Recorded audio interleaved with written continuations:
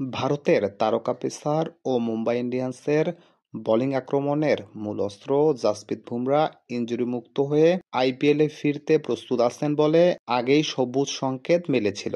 এবার স্বস্তি বাড়িয়ে দিল দলের সাথে যুক্ত হয়ে। ভারতের জাতীয় ক্রিকেট একাডেমির মেডিকেল টিমের ইতিবাচক রিপোর্টের পর ক্রিকেট বোর্ড তাকে খেলার অনুমতি দিয়েছেন। চোট সারিয়ে ফেরা বুমরা মুম্বাইয়ের হয়ে আইপিএলে খেলতে আর কোনো বাধা নেই। বিশ্বের অন্যতম সেরা পেসারের যোগদানের কথা সোশ্যাল মিডিয়ায় জানিয়েছে মুম্বাই কর্তৃপক্ষ।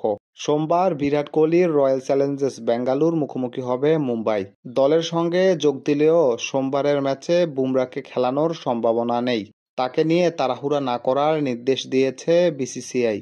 আগামী 13 এপ্রিল দিল্লি ক্যাপিটালসের বিপক্ষে ম্যাচ দিয়ে প্রতিযোগিতামূলক ক্রিকেটে ফিরতে পারেন তিনি। তার আগে গোটা দুয়েক প্রস্তুতি ম্যাচ খেলতে পারেন জাসপ্রীত বুমরা। অক্ষর প্যাটেলদের বিরুদ্ধে ম্যাচের পর কয়েকদিন সময় থাকায় হার্দিকরা নিজেদের মধ্যে দুটি প্রস্তুতি ম্যাচ খেলবেন বলে জানা গেছে।